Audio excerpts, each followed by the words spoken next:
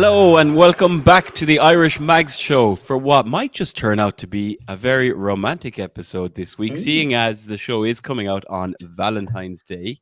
My name is Paul. I will be your host for today. And joining me are the Ross and Rachel of the Irish Mags community. It is Mr. Alan Williamson and Mr. Chris O'Martin. Say hello, lads. How's it going? Hello. Hello, Chriselle. Hi. Who's Ross? Who's Rachel? Because we were on a break, Al. We were on a break, we just were. so you know. Yeah. Hey, look, Just so it's, you know. actually, you know what? I was going to say it's better than Ant and Deck, but I don't know if it is. But here we are. Happy Valentine's Day, boys. I'm also very pleased to welcome a special guest to this week's show. Many of you will recognize him as the host of Loaded Mag NUFC, as well as his contribution and comedy throughout the NUFC online community, not to mention being a member of the NUFC Supporters Trust. Making his Irish Mags show debut, it's Mr. Pete Davey. Welcome to the show, Pete. Great to have you. Pleasure to be on with you, boys. Thank you very much for asking me. Looking forward to this chat, and it's a pleasure to be on. How do you know? My granddad on my dad's side is actually half Irish, so Now, hang on. Where's he from? you know what? I don't know because he died when I was quite young, so I never got the opportunity to find out the ins and outs of it. We'll But take it. So, We'll take it. I feel like I'm part of you guys. I feel like I'm one of the team. Come here. If you're any good at football, you'll be getting a game for the Ireland team, so don't worry about it. Yeah, look, you're more Irish. You're more Irish than Jack Grealish and Declan Rice. I can tell you that much now. Yeah. There you go. I'll take it. But we don't talk about that anymore. No. Right. As discussed, this week's show is going to have quite the romantic theme as we each reflect on some of our favourite Newcastle United memories as lifelong Toon fans. Some of those moments where we instantly knew it was true love, or some of those moments that fill our hearts with the most joy and have reaffirmed our love for the club as we think back beyond some of the hardships of life as Newcastle fans. We will be putting Pete under the microscope as our special guest to hear all about his life, both as a fan and content creator for Newcastle United. We probably will chat some transfer rumours again this week with Pete on the show. We will get Chris Show's bad take of the week before turning our attention to our next match and hopefully our next 3 points as we gear up for a home game and a revenge mission against Bournemouth. Before we do all that though, lads, let's get a quick Irish Mags update from our chief community correspondent, Mr. Alan Williamson, after not one but two successful Irish Mags meetups last weekend in Dublin and Cork. And we might just spend some time, lads, breaking down that lovely 3 points that we picked up on the road against Forest. And I believe one of you was at that game in the away end. So, Alan, we'll come to you first. Tell us about the meetups for the Irish Mags last weekend. So, yeah, as you said, we had a meetup in Dublin and one in Cork. So I'll talk about the Cork one because they're not as regular as the Dublin one. So Quinlan's in Blackpool and Cork.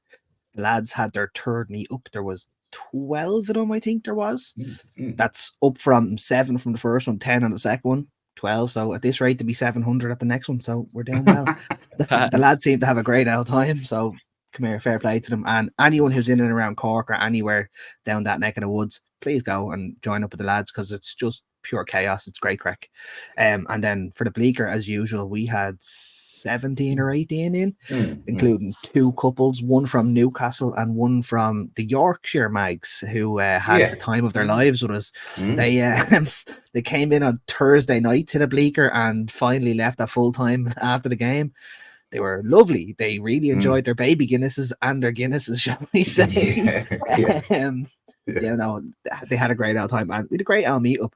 It helped that the result was a positive one, shall we say, as well. But good old time to had. Yeah. I mean, you know what? It's whatever about, obviously, the meetups being better when there's a good result.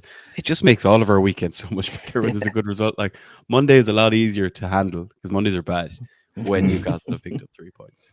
I'm also intrigued that you said they came into the Bleaker on Thursday and they left after kickoff, so they were in there for like 2 days. That's impressive. But again, we'll come back to that. Pete, I'm going to come over to you, sir, because going by what I saw on your Twitter feed, you were actually at the game in the away end in the City Ground, which is by all accounts, I've heard to be like a very loud and a hell of an experience, let's say, for an away team. And maybe you've obviously been there before, but what was the experience like being there, especially watching us go ahead twice and then kind of throw that lead away twice, and of course eventually emerge with the 3 points on the day? Well, yeah, it's not the first time I've been to the City Ground. So for me, I love going there, being an away fan, just because, for one, it's not too far from me. Like, I'm based in the East Midlands, so I'm Leicester, so I'm literally, 40 minutes down the road. So it's not far away from me at all. But I always feel, and the last couple of times I've been, I was there last season for that one, and that was a great occasion. And then I was there for the game where we had played them in the Carabao Cup and we got knocked out, but Rondon scored, I think, his first goal for the club. And I've been a number of times before that, and it's just, there always just seems to be a buzz in the away end. That the away end just seems to be proper up for it, and I don't know why, but there are certain grounds where you just get the away fans that are just on it, and you just know that they're ready. And it felt exactly the same. It was brilliant to be in there. It was actually my first away game of the season, and it's not normally like me to get to this point in the year and only go to one away game, but for family reasons and various other reasons, like, I've not been able to make it. So it was great to be back in there. The atmosphere was electric even before kickoff. You're talking about the game. I'm not going to lie, I went through the emotions as you guys did watching it on TV. It was a hard watch at times. It was frustrating at times. It was blissful at times. Anybody that knows me will know the last time we were at the City Ground, I lost my keys for one of the goals. I lost my phone for one of the goals. I lost my keys and my phone and my bank cards for it's just an absolute madness. Like, I was searching around for my phone for one of the goals. I think it was the Isaac equalizer last season. My phone ended up 9 rows down from where I was sitting, and I have no idea how it happened. I genuinely thought I'd lost my phone, and some guy just randomly had just picked it up and just held on to it, because just in case someone asked for it. And I was so lucky. And then realized that my bank cards had gone missing, so I had to go and search for them, and they were where it actually landed. I don't know how it managed to happen. My brand new car keys, I just got a new car at that point. I'd stood on my car keys celebrating, and it cracked my key. And I'd only had it like a week. It was an absolute so everyone was asking the question this time, are your car keys safe? And this time I took zip pocket, so I was good. I was all good. But honestly, lessons learned. Definitely. Brilliant away end. The celebrations for the goals, all 3 goals were superb. Everyone's just going absolutely mental, especially when Bruno was celebrated in front of us, and he gets onto the sponsorship boards, and he's doing the old. It was brilliant, and I was one of them that stayed 25-30 minutes after the game, just singing Sandro Tonali's song. Yes. You know what I love about it, guys, and you will know this as well. When you're in an away end, I'm not fussed if I travel on my own to away ends. And people say, "Oh, why are you going to away games on your own? Like, why don't you go with the lads and whatever?" And it's hard to get tickets nowadays, even more so now with the takeover. But I never feel like I'm on my own when I'm in the away end. I got there, and I'm just standing next to 2 random guys, and before you know it, we're hugging each other like we've known each other for years. Yeah, I've got someone kissing my forehead. I'm like hugging me, the guy hugging me in front, and it's like you just feel part of that community. You feel like you're one, like your brothers or sisters or whoever you're celebrating with in that moment. Like, do you feel like it's the same? Because I felt that on Saturday night. I really did. I think it's I mean, we can relate to it. It's obviously for us living in Ireland, right? We won't get to go to as many games, and therefore, especially away games, because it's hard to build up loyalty points because of traveling. But all of us, I think we've said it before, have traveled on our own to St. James's, like from Ireland, and that's how I often have started doing it. And same story, even like my girlfriend has said to me, is it not weird traveling on your own? But like, you land into a pub, or you're walking on the street, or you're in like a smoking area, or you're in the stadium. You have the most easy thing in common to start with, and then like once that game kicks off, like that same story, you're hugging the most random people you've never seen before, arms around when the goals go in. So, for us, I can definitely relate to it. I'm sure Alan, Krisho, maybe you can agree. I don't even get out of the airport. I don't even get out of the airport before I meet someone and they're just chatting away to me. So it's the usual, like, especially with this gear now, we can do nothing. We can't go anywhere. We can't get away with anything anymore now. No, but it's a case like I think that you're making the point there. Like, people feel it's kind of like the hardcore fans go to the away games.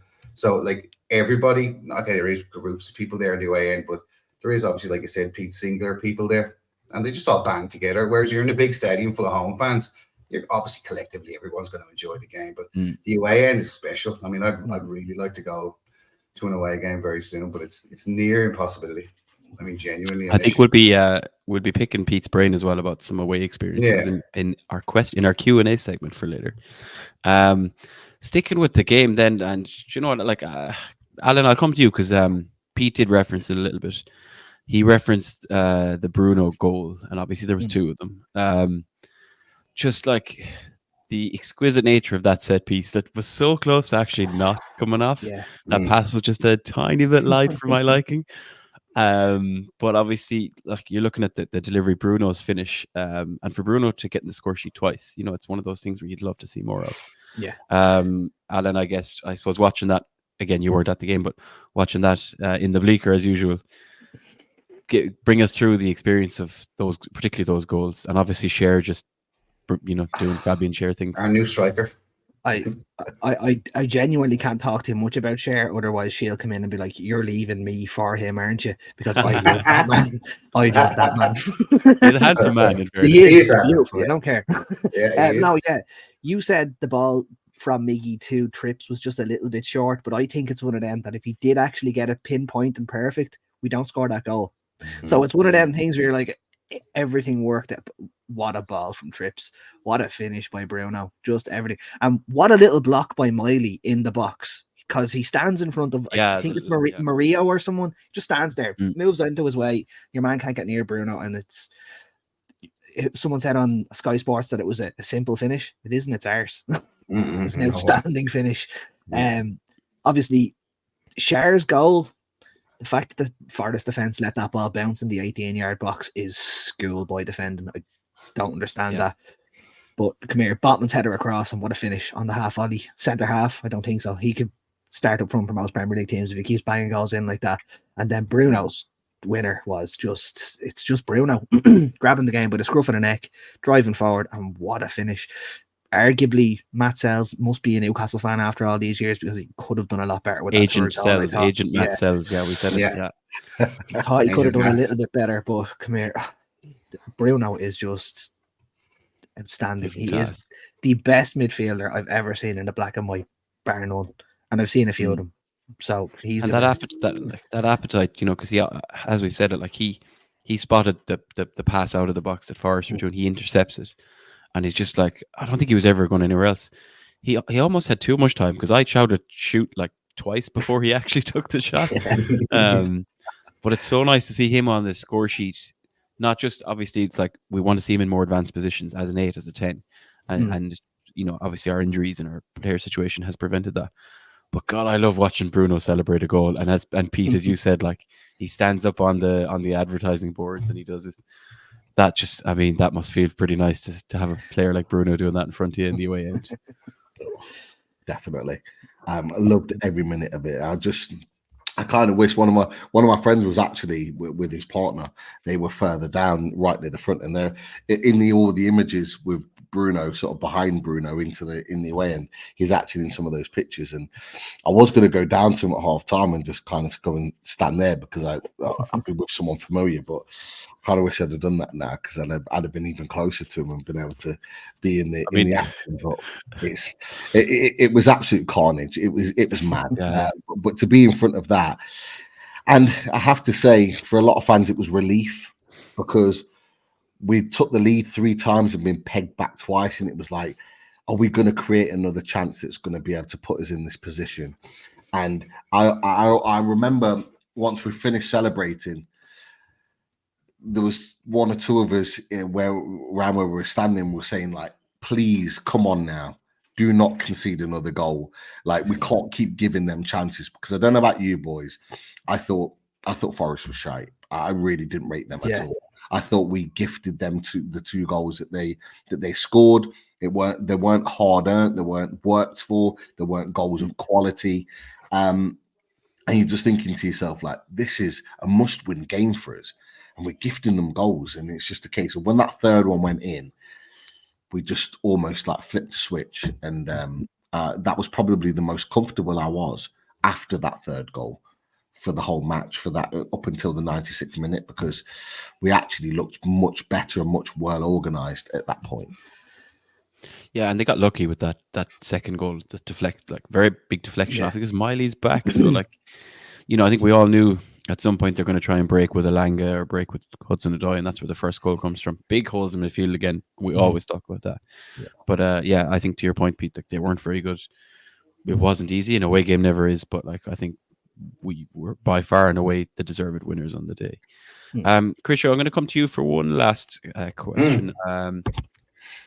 Kieran Trippier. Yeah. Correct me if I'm wrong, lads. He's now clear at the top of the Premier League assist charts, I believe. He's joint with Watkins. Joint with Watkins. I thought he was out in the zone at the end of it, but like, deservedly so for a right back. Is it, Christian, is it fair to say, like, is he? It's hard to say, is he back to his best, but he did have that blip. It feels like it's all very quick to happen, because he was unbelievable for the opening few months of the season. A little bit of a blip kind of before Christmas and a couple of mistakes here and there. But to see the numbers and even in the last couple of games, like more assists, corners, set pieces, and just crosses from play. Is he back to his best? Can we put that nonsense behind us? Whatever it was is gone. Look at his celebration for his goal against Luton. There's desire. That's leadership. That's, even though we were, I think that was 4-3 at that point, wasn't it? We were losing.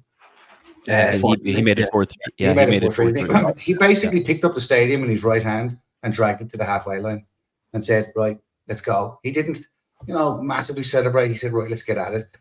Once he did that, whether he crossed in or scored that, I could see this guy has taken the last couple of weeks as a professional on the chin.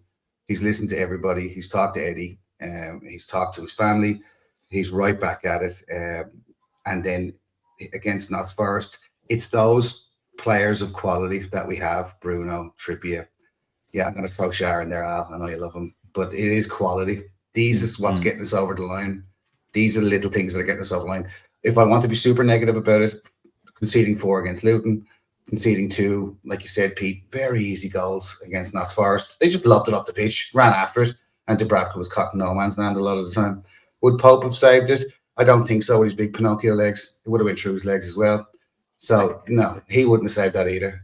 But Trippier, he'll continue to basically lead from the front. And if as long as we keep putting him on, Tino obviously will be the right back next year, or more so next year.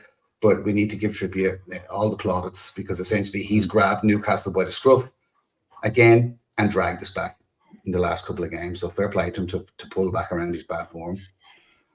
Yeah, fully agree. Absolutely love it. And finally, like, Alan, coming out of that Forest game now, we're going to come. We'll obviously do a preview of the next game against Bournemouth in a little bit. But any major concerns coming out of the Forest game? Like, as Pete alluded to there, he felt like, and he was at the game for the whole thing, felt like we were obviously the stronger team. But is there anything that would concern you, I suppose, coming ahead to the next couple of games? Couple of little small bits, like, as you said, the gaping hole in the midfield for the first goal. I'm not blaming Dan Burn on that. Totally, say 33% his fault. Like, the ball, he gave Elanga 5 yards and still ended up 5 yards behind Elanga. It was like, Elanga is lightning quick. Like, don't get me wrong, but when you know you've someone that pacey coming up against you, you have to be aware of these things. But the hole in the midfield, that ball was rolled along the ground from 60, 70 yards away into space behind the defence. I do think Sharon Botman could have dealt with it a little bit better. So that's the other third of it. And then why did Dubravka come out there? If you're coming out, you come out and take ball, man, defender, referee, anyone who's within 10 yards of you gets cleaned out of it. Because as long as you go for the ball, it's not a red card anymore. Clean them out of it. So that's what you do. So that's one of the issues. And then that near penalty that we could have given away. Look, if that was at the other end, I'm screaming for a penalty. Yes, Iwani didn't have the ball under control. Why was that? That was a goal kick. Botman let that ball bounce over his head. That was shocking.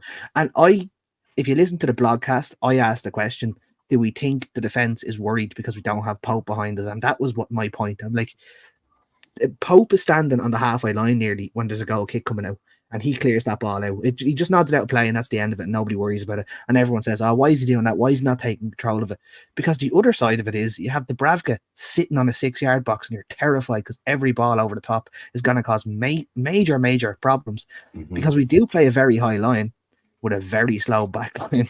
Yeah. It doesn't really make much sense. And I hate scapegoating Dan Burn, but when you know you're the weak link, you have to do something about it. And he has not changed anything about his game. But come here, we got out of the game with a win. We're gonna win again this weekend. So it's just a bit of a worry, though. Can I just? I think it is. Yeah. Go ahead, Pete. Because I think Alan, you made a couple of good points there and observations with regards to the game, and we talked about it on Loaded as well. Just some of the things that I noticed in the away end before the Elanga goal and before the Elanga chance that Dubravka saves. There was one where it actually comes down Shaw's side and it comes over the top, and Shaw doesn't go for it.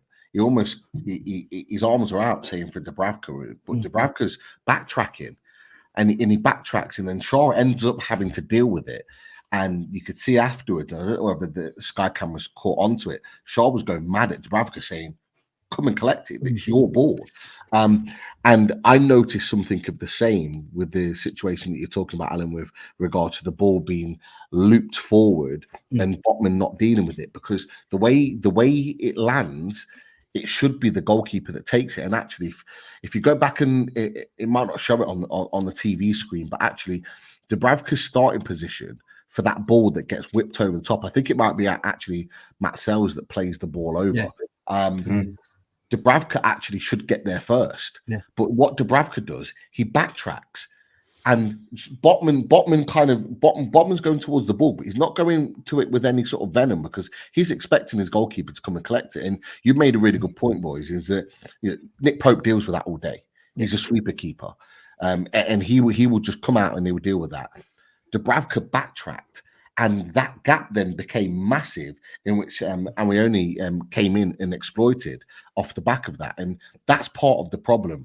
And I said on our channel, and I'll keep saying it, is that the back line don't trust the goalkeeper.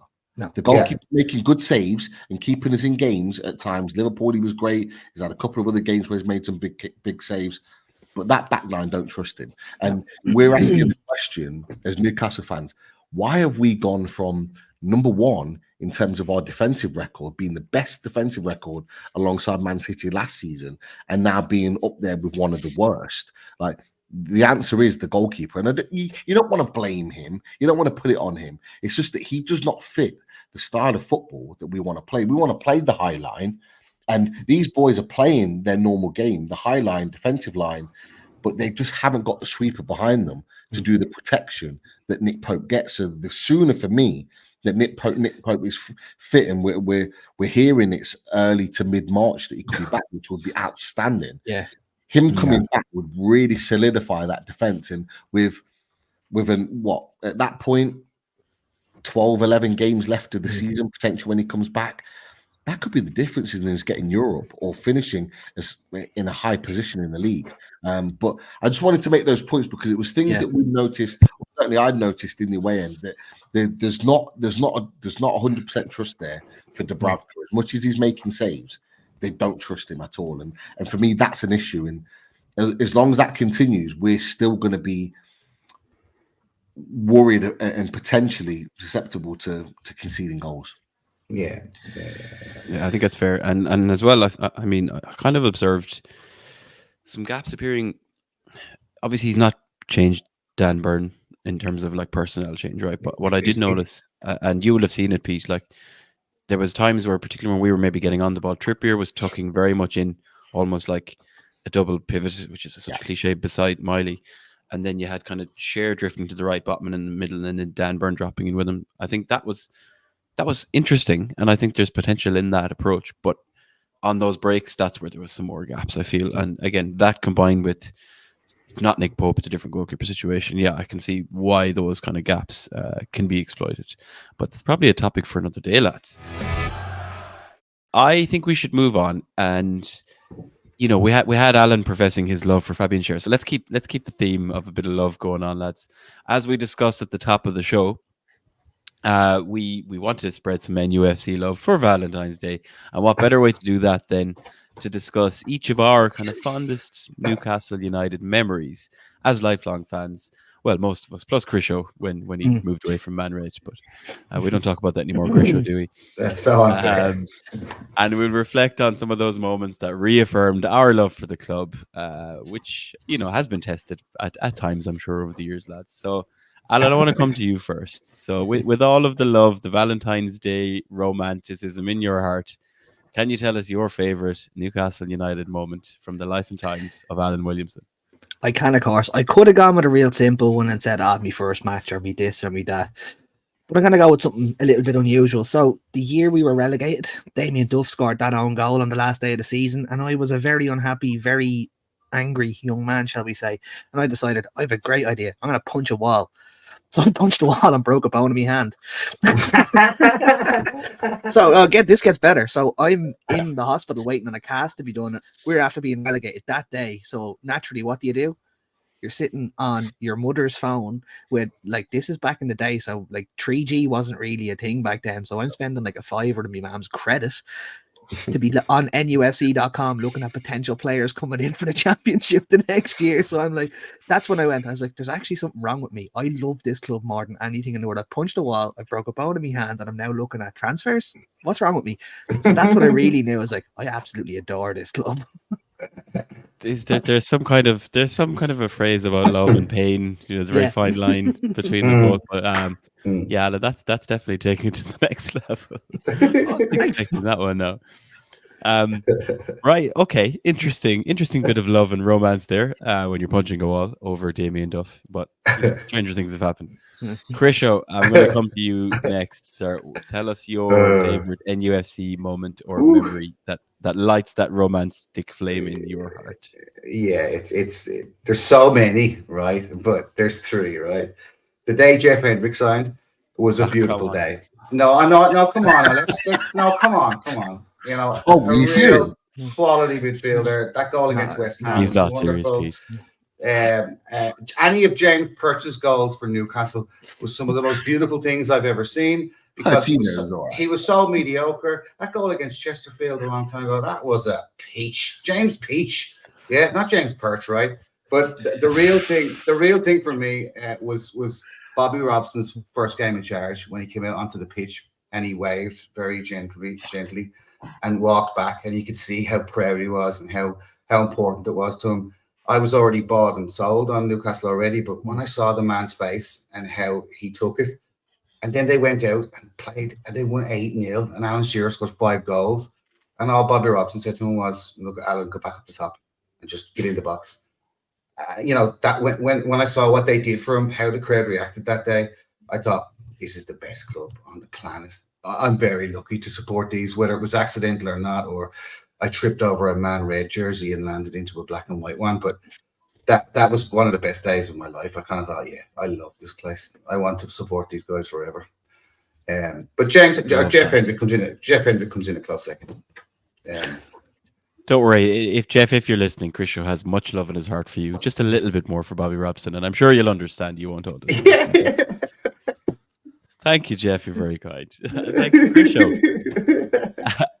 Pete, I'm going to come to you next, sir, to hear about your kind of fondest, most romantic, heartwarming Newcastle United memory that perhaps isn't punching a wall, breaking your wrist, or Jeff Hendrick related. There's quite a few. I'm not going to lie. I found it really, really hard. If you're going back to my earliest moments where I thought, you know what, I absolutely love this club. It was the absolute demolition job that Andy Cole served Liverpool at St James's Park. Oh yeah. I think it was the hat-trick in the first half. Just watching him play was one of the reasons why I started supporting the club anyway, and I'm sure I'll talk about that in a bit. Move on to the 5-0 Man United St James's Park. I missed the equaliser. No, not the equaliser. The first goal, the Darren Peacock goal, where it didn't cross the line. Because I had a match that day, and I come back through just as Ginola destroys Neville and puts it into the far corner, and just that. Normally, I go up and have a bath. It wasn't a shower at that point, and we're going back into the 90s. I'd have a bath, I'd sort myself out, then I'd go and watch the football, and I was like hooked. I was like, I'm not doing nothing. Going forward, there's so many. Laurent Robert's double whammy against Tottenham. His volley. I was in the Leazer's end, right in front of that first goal, and then watching the second goal. I'll fast forward because I could keep going. Two more. I'm throwing a few out here now. Two more. The first time I properly got emotional and shed some tears was when I took my wife. Actually, we went to the game. I think it was Bristol City, last game of the season, when Villa messed up and we ended up winning the league. To see, and yes, it's not a major trophy, but to be in the East Stand and to see the reaction of the fans and to feel that last minute change and we win the league, and to see us lift the trophy, albeit not a major trophy, but lift the trophy. That brought tears to my eyes. And then more recently, I was very, very lucky enough to experience my favorite game of all time supporting Newcastle United, and that was PSG in the Gallagher end. Wow. I genuinely haven't experienced a 90 minutes, whether on TV or in the home end, in the away end, supporting Newcastle United like that night. I've never experienced a night like that. That was absolutely sensational. And I openly admitted to shedding many a tear just watching that and experiencing that when Shaw puts that ball in the net and runs over to our corner where I am to celebrate with all the players. Like, I'm literally like this, my hands on my head. I feel like I'm getting emotional talk about it now. I've never anything like that. Phone gone, car keys gone. Honestly, I wouldn't have cared. I would have rang the next day. I would have had to borrow someone's phone to do so. But yeah, they're just a few for me, just off the top. Love it. Love that. Absolutely love that indeed. And look, that's what it is, the emotion. I think for me, I grew up in a Man Red household, so that 5-0, I mean, obviously stands out in memory. But the one, I think it's actually the same season, and I think you remember this, lads. We were playing Leicester.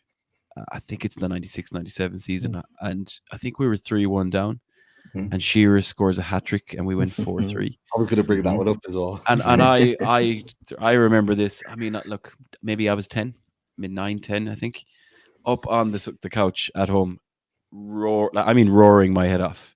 And I think what this taught me was like the resolve that you need to be a Newcastle fan, because even though we were losing, we've overturned it. And then similar feelings when Chick Teode scores that equalizer as well. So I just always remember that game, and in terms of the elation, and I was at that perfect age. And then just for pettiness, because I did grow up in that Man Red household, I think I've said it to the lads here, I actually went to a game in Old Trafford, but I was in the home section, so in with the Manchester United season ticket holders, with my Newcastle kit underneath my jacket. And it was when Cabaye scored that goal and we beat them 1-0 in Old Trafford. And I was just like, even though I couldn't, express the emotion I was feeling, I've always held on to that. And I was with my mother, my brother, and my father, all Manchester United fans. And so that sticks with me as well. And again, because it's close to home, it's a family thing as well. So they're definitely up there for two of my fondest, most romantic, love-filled Newcastle United memories. Thank you for sharing, lads, for opening your hearts on this podcast. to our listeners. And for the listeners, if you are listening, we'd love to hear yours. Pop them in the comments below if you're on YouTube, in particular, and we'll see if we can get through some of them next week. Right. Let's crack on, lads. And you know what, Alan and Chris, you can sit back there and bask after that love-filled moment, because we're gonna turn our focus to Mr. Pete Davey here. Spotlight. To do a little bit of a Q&A, bit of a spotlight, no pressure whatsoever. I've got all the questions. If you have your drink with you, now's the time, Pete, and we're going to come to that as well. That's another topic to discuss. Pete, we know you have some many strong insights and stories when it comes to being a Newcastle fan, not to mention trauma, of course, especially with regard to transfer activity. More on that shortly, but we'll start with the basics and make it easy to start off with. Question number one, really simple: how did you become a Newcastle United fan? Very, very lucky, purely by chance. My dad, who actually grew up working at Walker's Crisp, and if anybody knows, that used to be Leicester's sponsor for years. So he was kind of always affiliated with Leicester City. And he just flicks the TV on one day. I'm 7, 8 years old at the time. Like I actually was kind of a late bloomer in terms of loving football. I wasn't like from a really young age like they are now. And I watched this young man smashing in goals for fun. 7-1, promoted to the Premier League. Mr. Andy Cole, and I'm going to my brother, who's this guy? And he's like, it's Andy Cole, he's quality. That was it. Hooked, watched the game, continued to watch games after that. And yeah, I was absolutely hooked from there. So it was just purely by coincidence that my dad turned the TV on at that time. I think it was on ITV at the time, Channel 3. And yeah, that was it. I was just hooked on. Andy Cole was the reason why I supported Newcastle United, because that day I was like, I just like, wow, who's this guy? And he's the reason why I got into football and why I became a striker and wanted to score goals. Initially, it was him. Eventually, being Ferdinand and Shearer, but he was the catalyst. He started it all. Aren't you lucky you didn't accidentally turn on like Crystal Palace when Chris Armstrong scored a hat trick and you'd have been stuck as a Palace fan for your life? So nah, I probably would turn it off. That worked out well. So I had another question, which was going to be your earliest Newcastle memory, which arguably could be that. So we might flip it to like the first game you attended, first Newcastle game you attended. Yeah, the first Newcastle game I attended, it wasn't after that. It was after that point. So Andy Cole had gone, and it was a very famous Frenchman's first game at the club, David Janela. Nice. Wow. Hillsborough, if you remember. Cuts inside, whips the ball into the far corner. Yeah, that was my first experience, and yeah, I was hooked after that. I'm not gonna lie. I have to say, big shout out to my brother, because he was the reason why I was able to go to games at such a young age, because he was 5 years older than me. So my mum and dad trusted him to take me to matches. And he's been a lifelong PSG fan. He's a long time season ticket holder. He's a journalist himself, but he's been into French football and PSG before Newcastle. But he took me to games because he knew how much I loved them, and he almost became that fan because we were going to games together off the back of that. And he still follows them and looks out for Newcastle United all the time now. He's desperate to get back to a game. He keeps saying to me, Pete, get me to a game, and I'm like, I can't get to a game myself. Yeah. You there? But yeah, that was my first game. Excellent. And I didn't have this. Some of these questions you've seen, Pete, but we will give you a few surprise ones. I don't know if you're going to know this or not, but roughly how many games do you think you've seen? Maybe home and or away. Like, are we talking in the hundreds? Oh yeah. I've been going. So, to be fair, my first game should have been Newcastle United against Ipswich Town at St James's Park. Me and the whole family went up. We travelled up to Newcastle. This is when Andy Cole was at the club. We travelled up, and the game got postponed, and we didn't realise until we were in the chip shop we were already in Newcastle. We're in the chip shop around the corner from the stadium, and my mum and dad were like, "Well, let's go and get some fish and chips, and then we'll go to the ground." And it was the people in the chip shop that said, "Haven't you been told? Do you not know that the game's been called off?" Because I think it was something to do. I think it might have been fog or something that was really bad that day that called the game off. And we were there. We're in Newcastle, so excited, and oh my gosh! And then we couldn't go to the replay, so we had to kind of like get refunded the tickets and all the rest of it. So then it ended up being like a couple of years later, a year or so later, that we actually managed to get to a game. But in terms of numbers, I couldn't tell you, but it's in the hundreds. Honestly, I actually have the vast majority of my ticket stubs. I've actually got the Forest one here. I've still got it in my phone from Saturday night, and I keep them all. So I've got the Forest one here. I keep them all. And you know what's amazing about it is that my mum brought a bin bag about 4 weeks ago over it. Had all my old football trophies and all the rest of it, and it had all my ticket stumps that I thought I'd deadly. and I was going through them, and one of them that I really wanted, and I'm so happy. Like, I've been to the World Cup in 2006, following England with my brother, and we've been to some like really, really kind of like amazing experiences. I was at the UEFA Cup semi-final against Marseille in Marseille, and I thought I lost the ticket stump. And I found it. It was in that black bag. And I messaged my brother, and I took a picture of it and messaged him, and I was so happy. I've not properly gone through it yet, but all the ticket stumps, like Middlesbrough away, Jonathan Woodgate's return to Middlesbrough when he was at Newcastle. I think it was 1-1 or 2-2 that game. We were in the away end for that, and it just memories, absolute memories, like from years gone by. I've got them all. And I've said to my wife, I'm gonna put them in a kind of book now.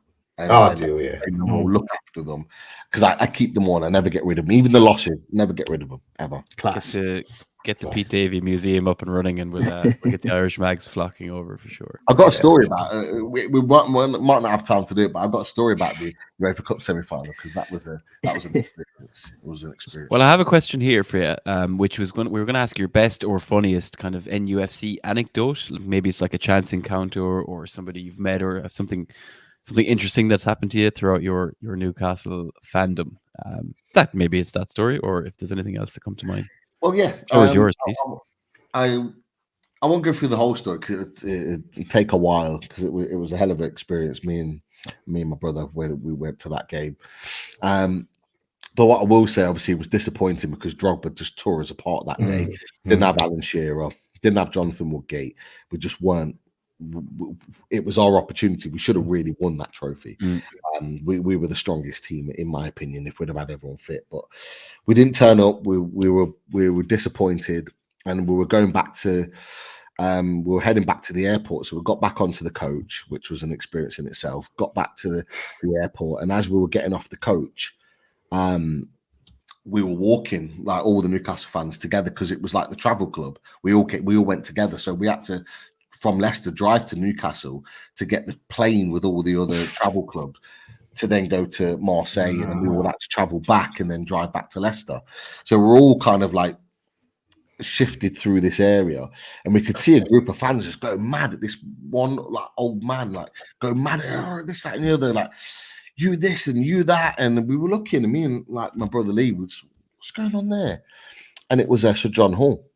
And Newcastle fans that night were like going mad, saying like, we need players, we need to improve the squad, like this isn't good enough, like our big players are out and we should have won this trophy. And he's going, look, he's really calm. He's going, I understand. And this was during the period where we were kind of like running out of money, in terms of we'd spent a lot of money, and we didn't have the finances. Like Freddie Shepherd, I think, had kind of thrown us under a bus to a point at that where we were like financially in the red. And it was really interesting, because I think it might have been that summer that they pull out the bag Patrick Kluivert, and I think it might have been at that point they go and get Nicky Butt, and it was only 5 million for Man United, but they still managed to go out there after that, and we were just there fascinated. But I always remember all these fans had a go at him, and by the end of it, they kind of shook his hand and all the rest of it. And I was there, and I just said, thank you for talking to us. And I was only a young lad at the time, and I remember shaking his hand and just like one of the kind of like owners of the club managing to shake their hand, and I was wow, like this is amazing, like it's crazy. Wow. That made up for the defeat for having to meet Sir John Hall just in that spare of the moment, just purely by chance. Probably wouldn't have had the same experience with Mike Ashley, but the less said about that, the better. Yes. Excellent. Thanks, Phil. I'm going to hand you over to Alan now. Alan has a few questions we've picked up from some of the listeners as well, plus ourselves. So, Alan, take it away. So basically, the first one I'll go with is, how did Loaded Mag begin, and how did you end up with that head record that is Daz? Interesting story. Well, I'll be honest with you. I'm not an original. I wasn't part of it. Beginning. It was like Loaded Football Weekly was there. It was the original show, and it was sort of like it was Daz, Chris, and Martin that started it off. I didn't, and I think they started that end of January, early Feb, and I didn't join the ranks until sort of the May time. But yeah, it was. I was on another channel doing some other bits, which is how we all met.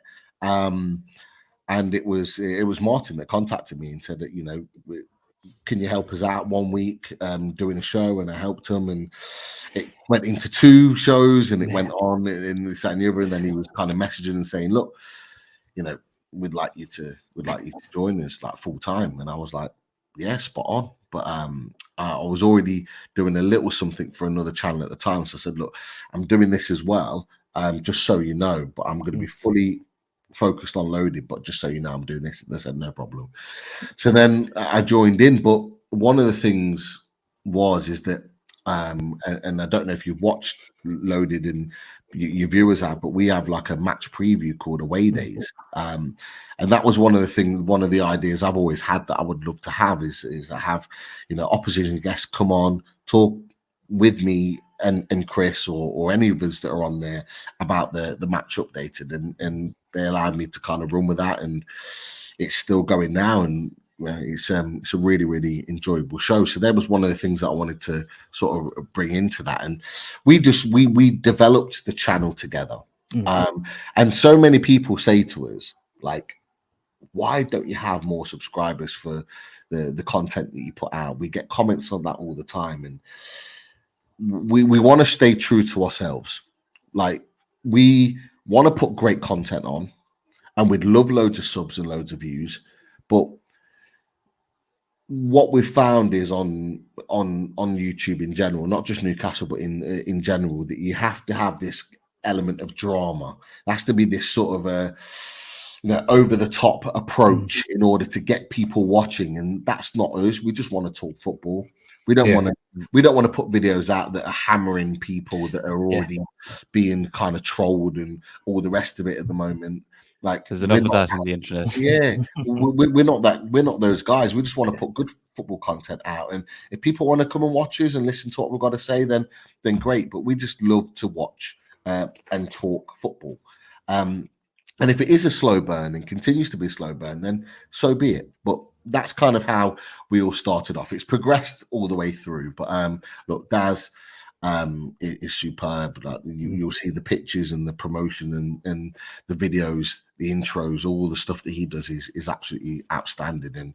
And that me and Chris run away days, and Chris has got lots of stuff behind the scenes that he does that nobody would see, and he works incredibly hard at doing that. And together, we're a really, really good team. Perfect. You mentioned Chris, so obviously you are Brandy and Blaze on your away days. I love Loaded. I'm always watching, so I do watch it all.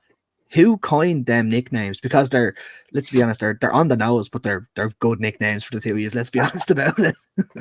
Well, it's interesting. It was actually a viewer. that called is that I don't know if you know Jimmy Moore on Twitter, on X. I listen back on Spotify. Daz will often say that Alan listens back, and that's me that he's talking about. I never get to watch his live, so I'm always listening back. So I don't really know many of your watchers, but one of your viewers got it for you. Yeah, it was Jimmy Moore.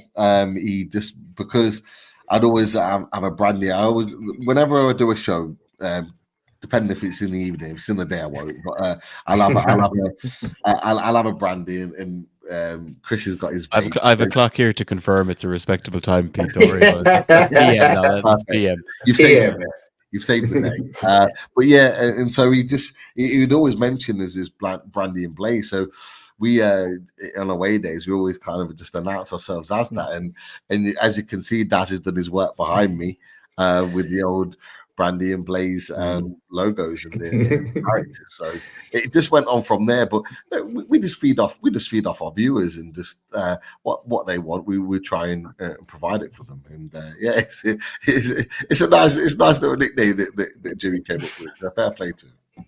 No, it fits you well, to be fair. The next question, it actually comes from one of the Irish mags. It's just John. He sent me it on WhatsApp, but I don't know his second name. So John, sorry about that. Do you think Eddie is too fond of Premier League experience? Is it sustainable with the English tax? So say if we're going out and spending 50 mil on Solanke, when there is arguably an option in, say, Germany or France for 25 million, do you think something will have to give eventually? Great question. To answer it shortly, the second part is no, it's not sustainable. It isn't. It's good for a period of time, but you look at some of the best teams and how they've built their teams in England: Man City, Man United, Chelsea. As much as we hate those teams, they've built successful teams over the years.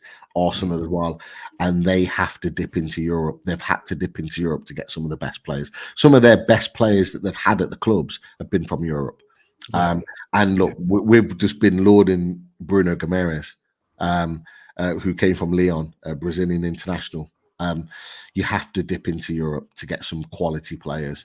And honestly, lads, I genuinely believe we will in the summer. I think we'll get 2 or 3 from Europe who are of elite quality. Fingers crossed. Yeah. So the next question comes from another John O'Byrne. This is one, now I'm going to class you as an international fan, because people from Newcastle, once you don't live in Newcastle, you are a tourist. So as an international fan, we seem to be more open to moving stadium. But do you think if we did move, would the atmosphere be affected and diluted? Could we get it back even if we did move? And do you want to move? Honestly, do I want to move? I don't. I love our stadium. It's iconic. It's iconic to everyone in this country. It's iconic to everyone in Europe that comes to the stadium. They love it.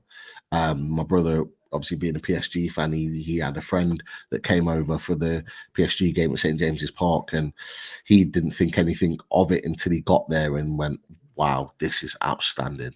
Like, he never believed it would be anywhere as good as what it was until he saw it live. It is such an iconic stadium. However, we have, unlike the likes of Man City and Chelsea to a point, we have such a thirst for tickets and fans that want to see Newcastle United week in, week out, more so than those other clubs, that I genuinely think it will need to be part of a conversation moving forward.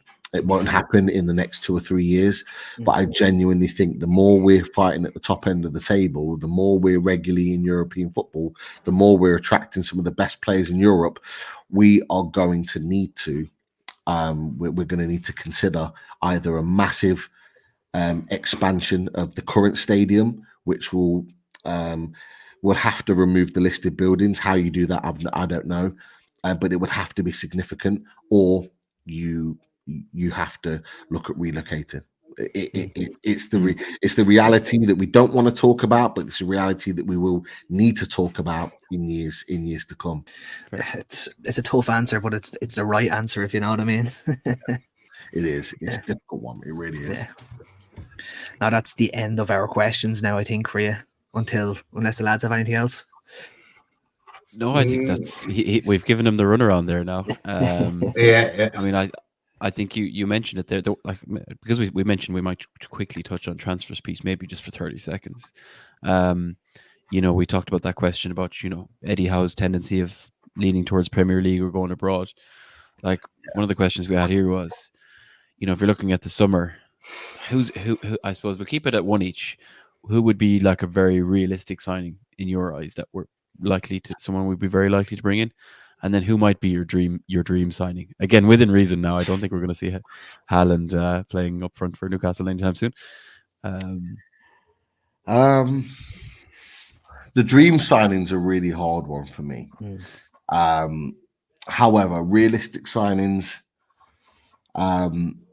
Pedro Neto at Wolves, very much a realistic signing. And I'm thinking right wingers here, so someone like Rafinha, who's a little bit older. I think you potentially get them for a decent fee out of Barcelona. Some people might not see this as a realistic signing, but I do. Rafael Leao. Just about to say that, yeah. Rafael Leao. And if we really wanted a top quality left back, someone like Hernandez, Theo Hernandez, will cost a lot of money, but I think we'll have significant money to play around with in the summer. And I think if you really wanted to get in quality, like people that could make the difference, you got players like that. I know AC Milan are doing well and whatever, but the trajectory that Newcastle United are on, I genuinely think you if you pay enough money with these teams, if you pay enough money, you can get players out. We proved it with Sandro Tonali, who I think will be outstanding next season. I genuinely do. Yeah. You could go across certain teams, certain players. There's a number of. I think that's plenty. It's a good mix of very ambitious signings. But to your point, we're an ambitious club, and some of these clubs, they will need to sell, and we're going to be in the market to buy. So I think there's a good blend of realism there. You're talking about Pedro Neto. Really like that idea. As someone who could definitely step up in quality as well. Right, just keeping an eye on the time, and most of you at this stage will know, listeners and the two lads here, I would like to go to my favorite part of the week, where we're going to get what is infamously known as Chris Show's bad take of the week. Oh, Christ. We should have a countdown for this because I need to take a deep breath. Okay, think of Rob Lee. Think of him wearing a number 7 jersey in the England jersey, Pete. Yeah, think of him playing 3 games for England, because the bad take of the week is Miley is not a future England star. He's a future England sub, if he's lucky, and he is about, if Mainu of Man United was an A, Miley would be a C- in terms of potential, in terms of talent, in terms of skill, in terms of I think and again, this is me communicating the bad take of the week. This is not my bad take of the week, but the Newcastle community have lost their sweet minds.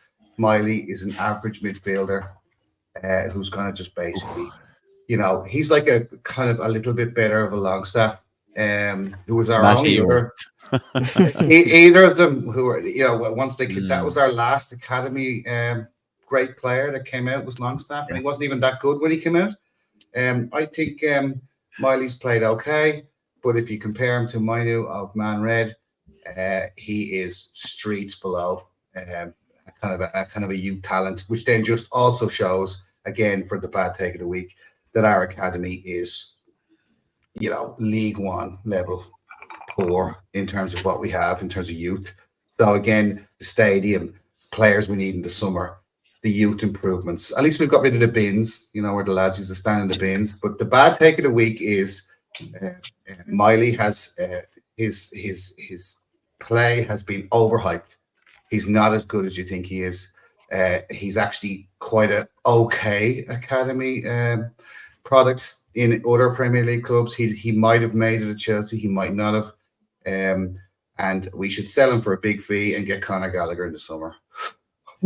And breathe it. Yeah, no. And breathe it.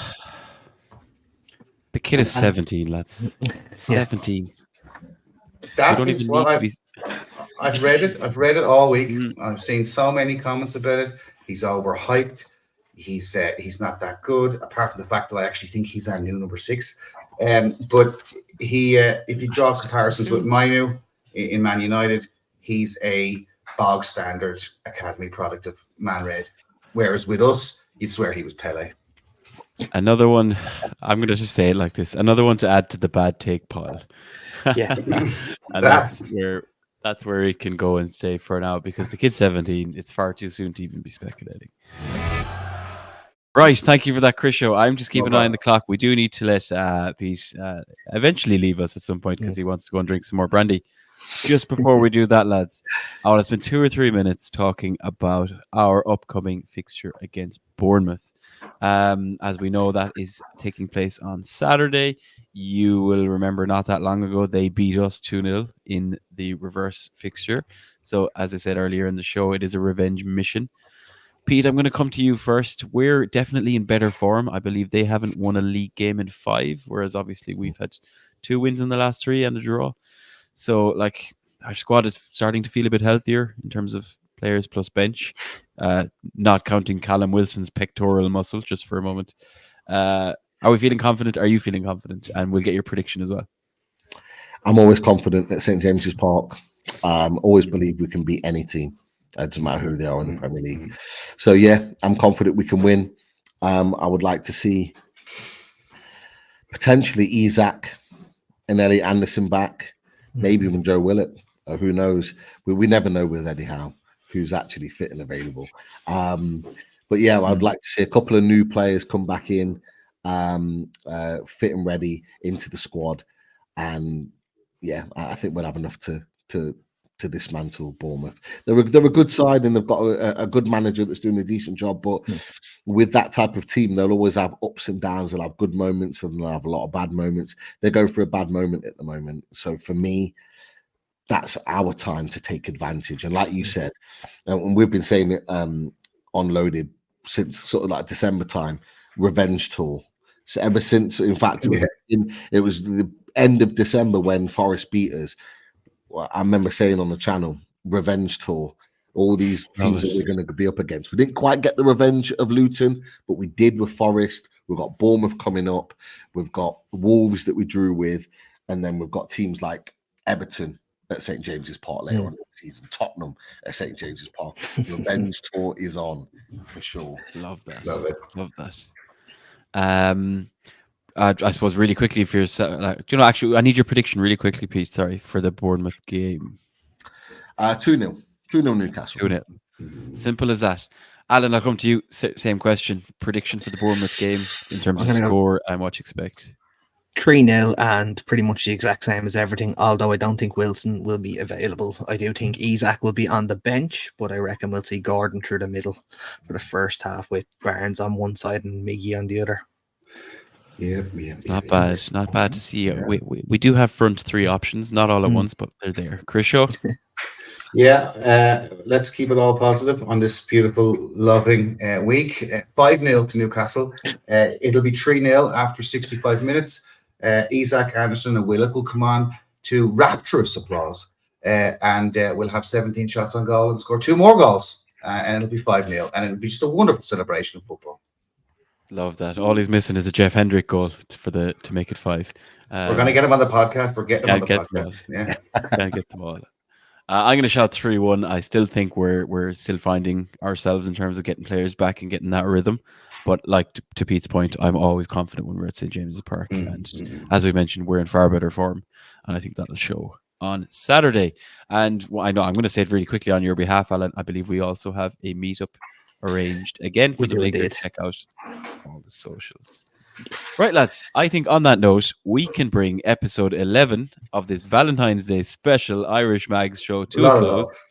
A huge thank you to Pete for joining us and for all his insights and answering our questions. Pete, super quickly, where can everybody find you? Well, Loaded Mag NUFC is where you can find us on YouTube.